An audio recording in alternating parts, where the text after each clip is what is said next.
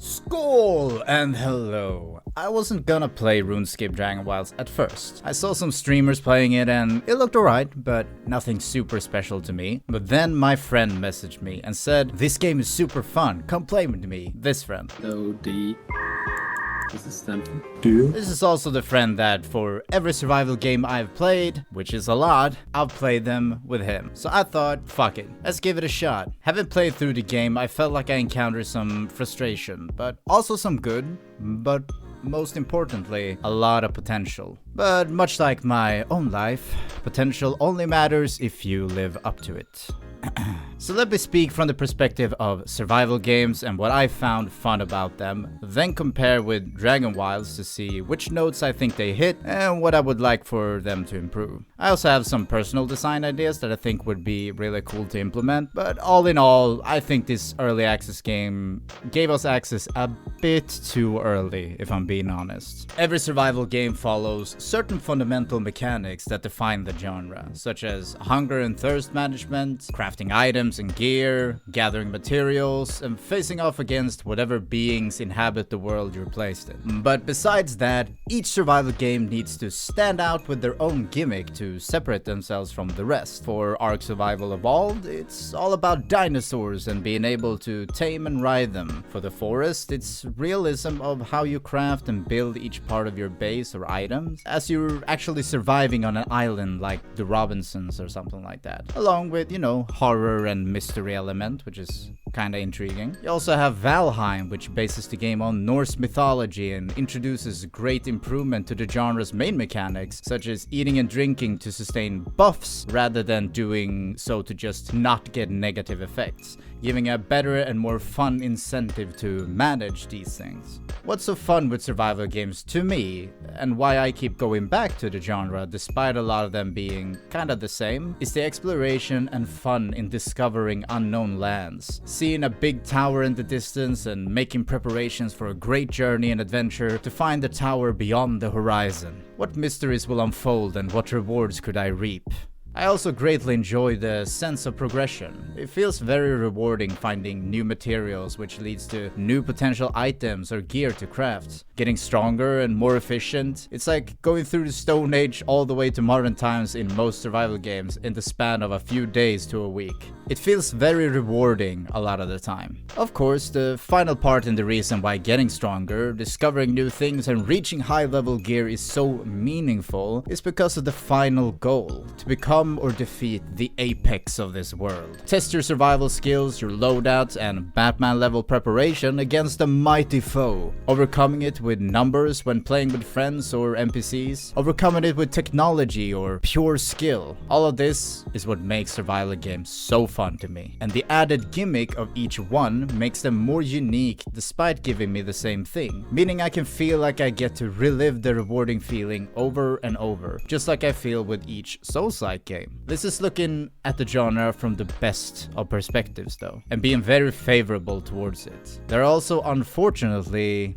some bad things, or a lot of bad things depending on how you look at it. Like the fact that most survival games don't have their own thing but are just the same as any other or only add the base of the genre's mechanics. Or the fact that every single survival game is in early access, showing us great potential and hope for what the game could be, but more often than not never fulfill that potential or never live up to people's expectations. Most survival games that are released in early access only have the base for a great game, but no content. What use is a really fun combat system if there's only a few basic enemies? What good is gathering materials and progressing to higher tier equipment if the end goal is non-existent? Just as there are examples such as Valheim, Ark, Palworld, The Forest that have over time added tons of content and completed a great finished survival experience, there are examples like Miscreated, Outlaws of the Old West, Reign of Kings, and Frozen Flame, where not only was the potential never reached, these games are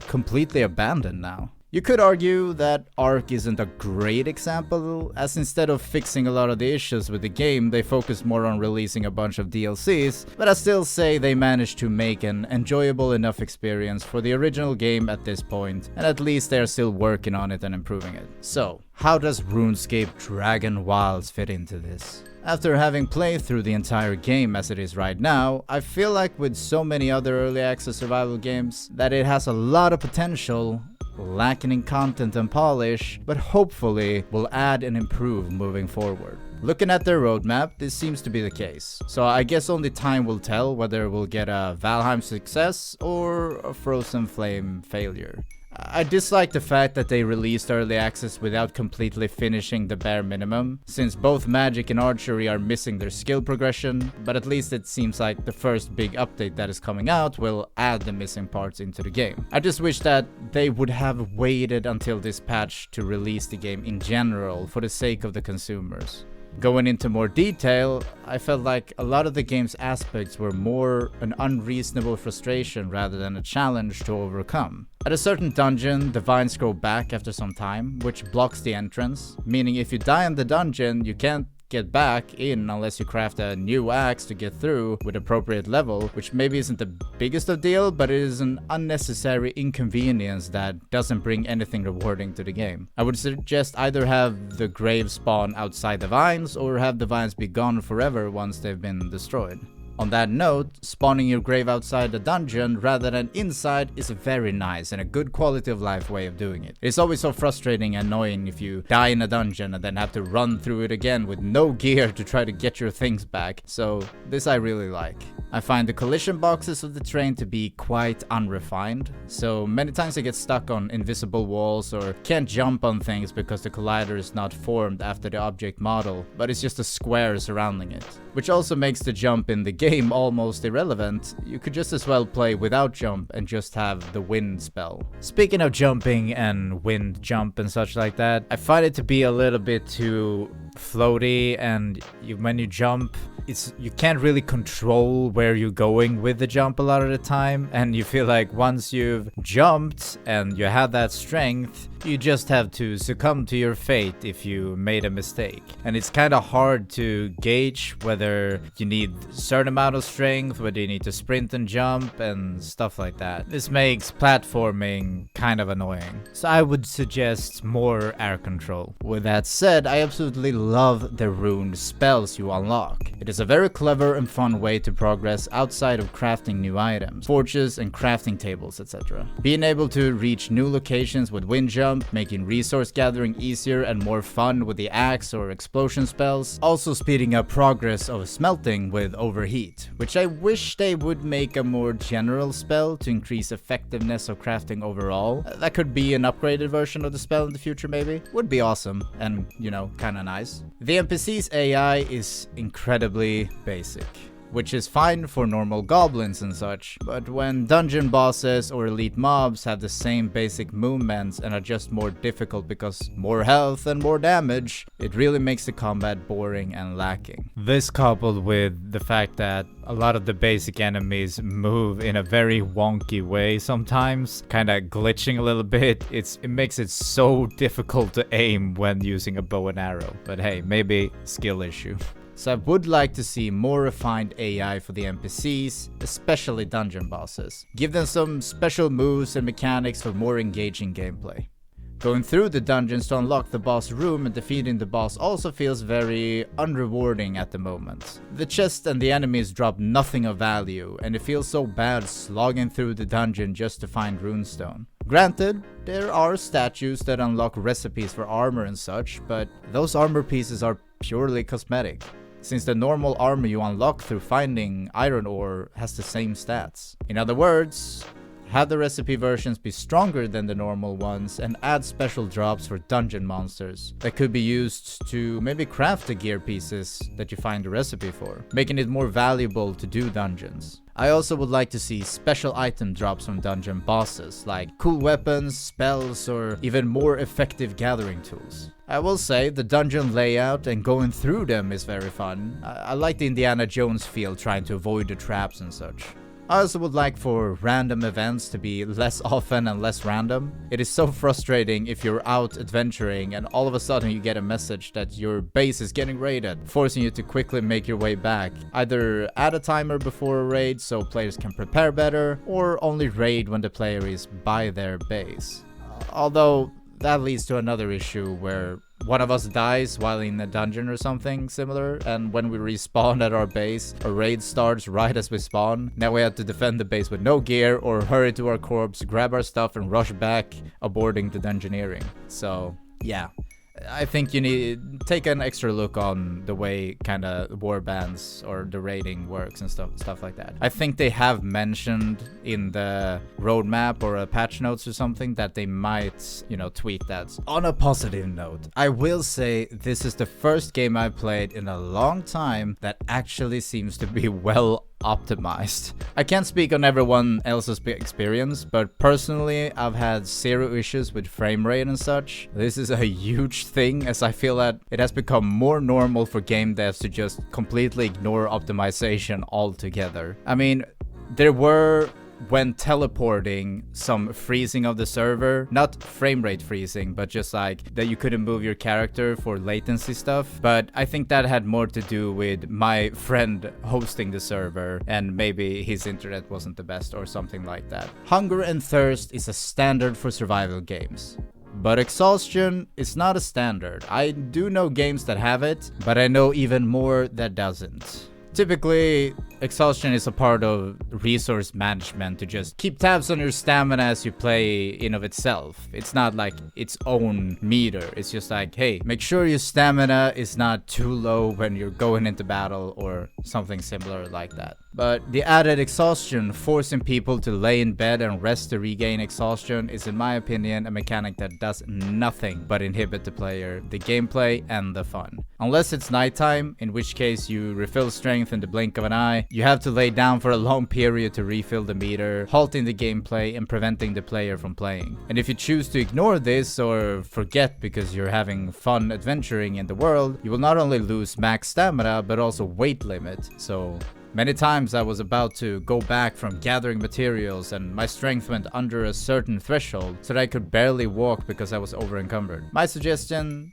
do it like Valheim. Don't take things away from the player for not doing certain things as to make it tedious and annoying. Instead, incentivize them by buffing them for doing such things. It may seem like the same thing from a different perspective, but it really isn't, because you set the norm for the player. You give them a pace and a gameplay they get used to. By slowing things down from their normal state and taking things away, you create bad feelings for the player. But if you instead provide the player with something good and make their character stronger than the norm for sleeping, eating, drinking, etc., it creates a positive feeling, making the normal fun and engaging as a standard. Then provide things for the player to make things even better, and they will still have the resource management aspect, the survival parts, but feel good and have fun by doing those things. I find that the weather in certain regions is a bit too drastic. I like that the different areas does have different types of weather that will, affect the player as they're there. But the lightning storm, like the constant lightning strikes that has such a big AoE that you can't stand still for a second or else you get hit. And oftentimes, even when you don't stand still, you might get hit because you're in combat and stuff like that. It's just very frustrating, and I feel like they need to ease up on it. I like the mechanic and I think it's something that should be there, but they need to ease up on how often lightning strikes. And perhaps they could also change, like, I don't know, if you carry metal, like if you have a metal weapon, then it strikes more often, otherwise not as often, or I don't know, but at the very least, tone it down a bit. And for the poison area, I mean, you do have the anti-poison potions, so as long as you craft that, go into the area, you're fine. So I think that area is actually pretty decent. I would like to have maybe a little bit better visibility, but it's not the biggest of deals. The best part of the game was absolutely the boss fight at the end. Finally a fight with not just basic attacks. It was really badass, a cool big dragon, me and my friend going up against like David versus Goliath. Unfortunately, the fight was also completely trivialized by one single potion. Once we were fully geared and prepared for the boss was a joke. I understand that it is the first boss and in a way, you know, quote unquote a tutorial boss, but with the anti-poison potion, the boss couldn't do damage to us. I mean, the impact of his bombardment did damage, but nothing else did. Since I was playing bow, I never had to deal with any close attacks, and although I dislike difficulty based on health and damage, his health was a joke. I think the boss needs to be balanced to where he isn't a bullet sponge, but also not a pushover. The way the anti-poison potion works should also kind of be changed, I think.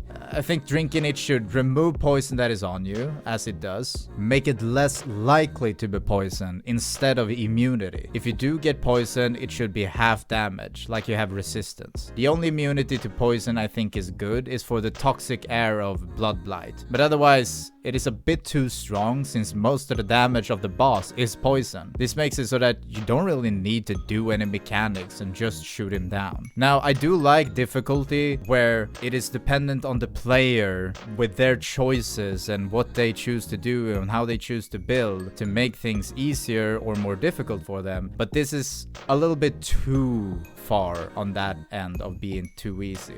For the dragon fight as well, because I did fight the abyssal demon, because you get the like really good whip weapon and stuff like that, and by the way, that weapon is amazing.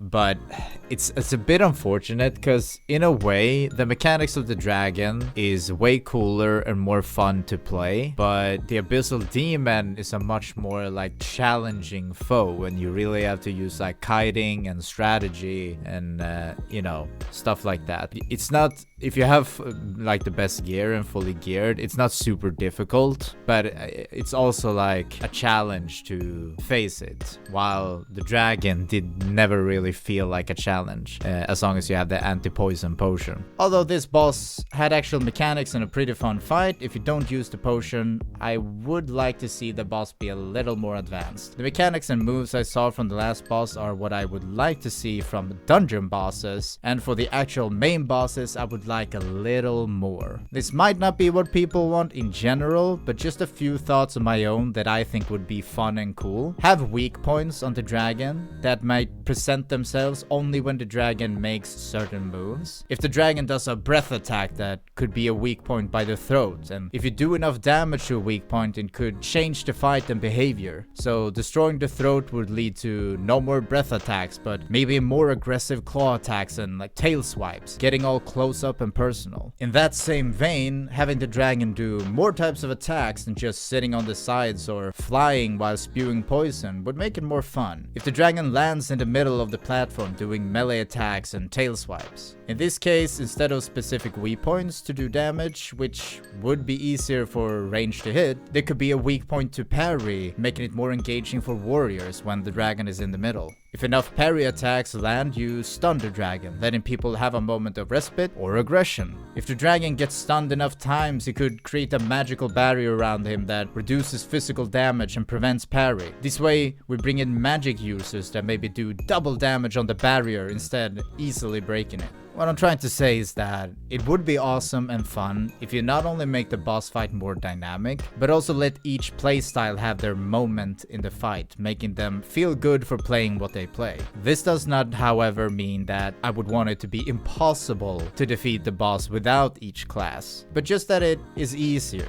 Looking at the actual RuneScape as well, you have skills like defense and prayer, so it would be nice to implement maybe a tank and support style of gameplay for more cooperative interactions. Another mechanic that my friend thought about would be interesting is knockback mechanics, as you can fall off the platform if you're unlucky. And not to make it too detrimental, perhaps you fall down and you take damage, but there's an area around the tower so you don't just get one-shotted if you fall down, forcing you to use wind jump to get back up maybe. A thought I had with this was that It could be interesting to add in rune spells mechanics to a fight in general, making them useful outside of gathering, like jumping over a laser with a wind jump, or, you know, back up as I mentioned, if you fall down. Or if there's a nature dragon in the future, you can use tree cutting spells to cut down thorny vines that the dragon creates that prevents the people from going towards the dragon attacking it. Just a thought for the future. While talking about different dragons, we also discussed how cool it would be for not just different elements of dragons, but different types, with different ways of fighting them. Imagine a wind dragon flying high in the sky, and you had to craft ballistas or harpoon-like weaponry with ropes tied to them, pulling the dragon to the ground to be able to fight it, you know?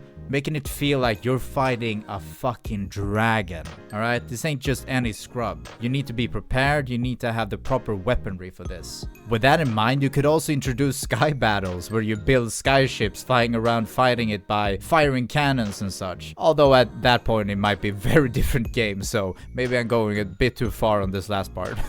But, you know, I'm just thinking of cool shit, right? My main point for this is that I would like to see that the main boss fights have crafting incorporated into them beyond better gear. I would love to see crafting things to help out in battle that isn't just stronger hammer goes bonk, crystal staff, better than wood staff. Also, imagine what you could do depending on the elemental type of dragon you face. The Earth Dragon could be the biggest of them all with a massive body, like an absolute titan, where you fight him in a similar ways like Deathwing from World of Warcraft or Titans in Shadows of the Colossus. Despite what you think about WoW, I get it. Fighting on the back of a massive dragon was fucking badass. These are most of my thoughts so far. I'm only bringing up this feedback and criticism because despite my issues with the game, I had a lot of fun playing it with my friend, and I see a lot of potential with it. I want this game to be good and amazing, so if I liked it despite my misgivings, imagine what it could be like if they fixed a lot of the issues and added more content. What do you think? Am I batshit crazy and have no idea what I'm talking about? Tell me why I'm wrong. Do you agree and have things to add? Tell me what.